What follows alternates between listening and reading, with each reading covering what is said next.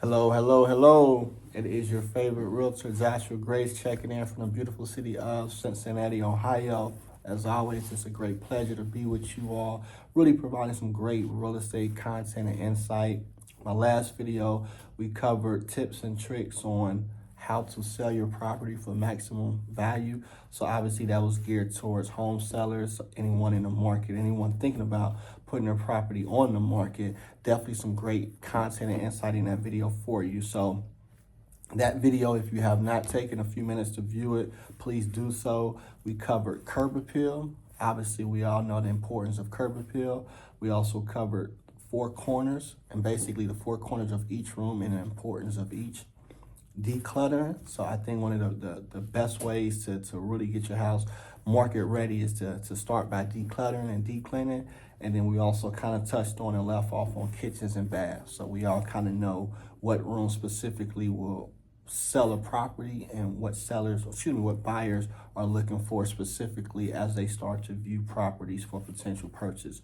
So again, those were the 4 points that we covered in the last video. If you have not done so already, please take a few minutes, view that video, take notes, ask questions. I'm an open book. So this is part two. So again, part two for home sellers. So how to sell your property for maximum value. Again, I've been in this real estate business for many years. I am a homeowner. I am a real estate investor. So I've kind of been in a lot of spaces that many have or have not been in, but I can definitely speak very in depth to a lot of them. So I definitely want to pick up where we left off with kitchens and baths. So one of the most commonly asked questions I receive from home sellers or potential home sellers is, hey Josh, what's the importance of the kitchen and baths, or can you break down how that correlates to me selling my property for top value? So this is twofold. So I'm completely aware that everyone just doesn't have tens of thousands of dollars laying around.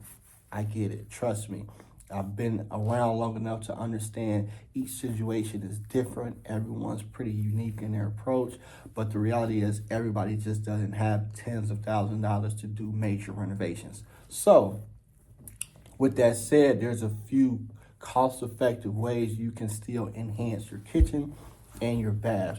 So you don't necessarily have to have 10, 20, 30, $50,000 laying around. I get it. But there's a few ways that I really want to give you all that can help you on more of a shoestring or more of a cost-effective budget, right? So the very first thing when you're evaluating a kitchen and you're looking to put your property in a condition to sell, you want to start with a deep clean of a kitchen.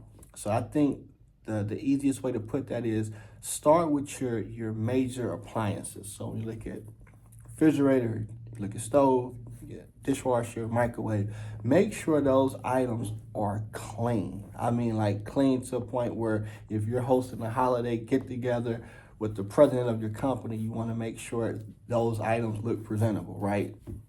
Same concept. Start there. Start with cleaning those appliances and really start with a deep clean of the kitchen. That's going to really put the kitchen back in a different state. But I always say, once you get it to that point, you want to look at painting. I'm an advocate when you're in the kitchen, focus on lighter color paints. It's a pet peeve of mine, but really just in the market, especially if you don't have a large kitchen, stay away from your darker colors. It just really makes your space, your kitchen, your bathrooms, it makes it look smaller than what it really may be. Again, if you don't have a larger space, a larger kitchen, you really want to stay away from those darker colors. Just my personal opinion, but it's kind of proven in the market as well. So paint, that would give your space, your kitchen an uplift. Backsplash, there's really cost-effective ways, do-it-yourself ways to really replace and enhance your backsplash.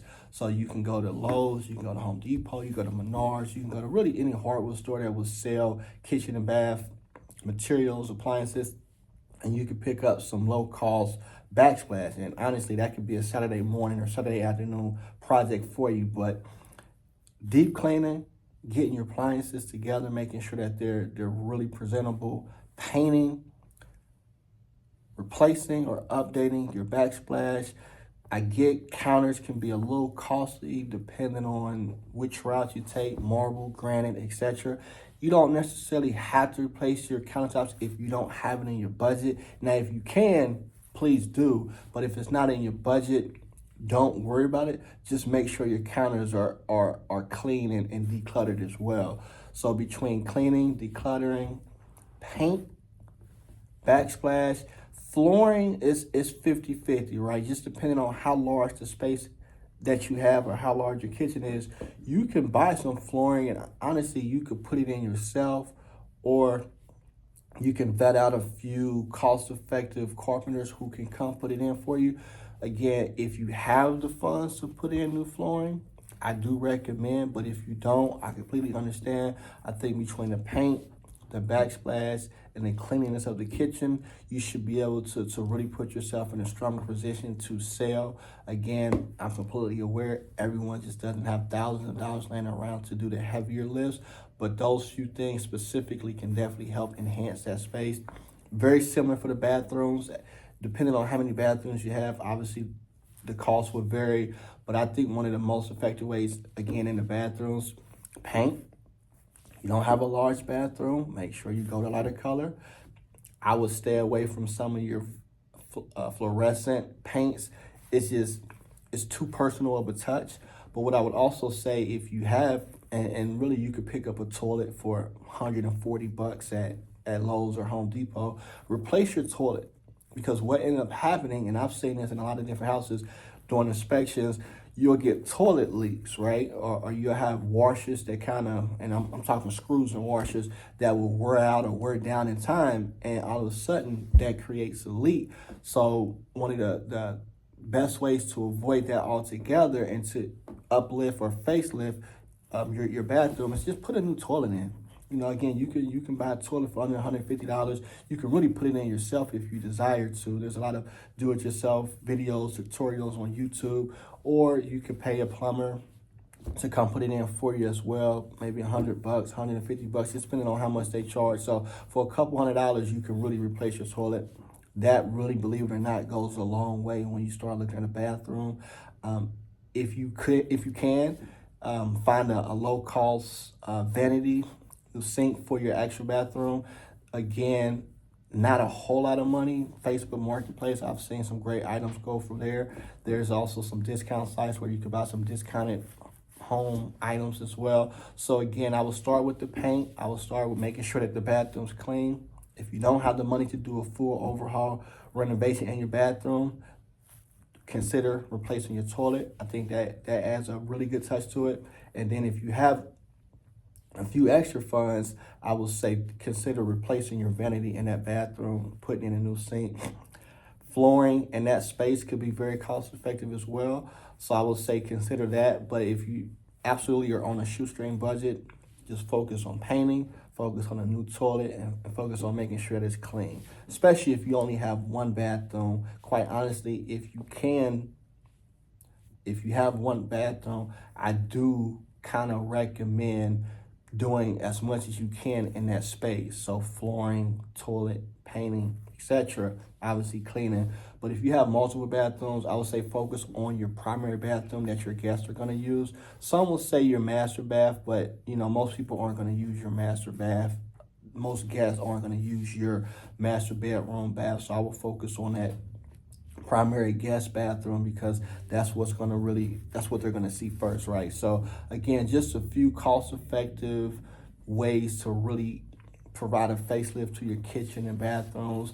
I'll kind of put out another video here shortly that goes over more in depth some costs if you do have the funds to do a renovation to your kitchen and bathrooms, kind of some best practices there. But just in short, if you are on a shoestring budget, you definitely want to watch this video a couple times. You definitely want to take a few notes, but definitely keep it simple, but make sure taking yourself out of the homeowner lens, put yourself in the home buyer's lens. Hey, what do you see when you walk in the kitchen? Does that paint appeal to just you, or does it appeal to the masses? Does that backsplash make sense for the space?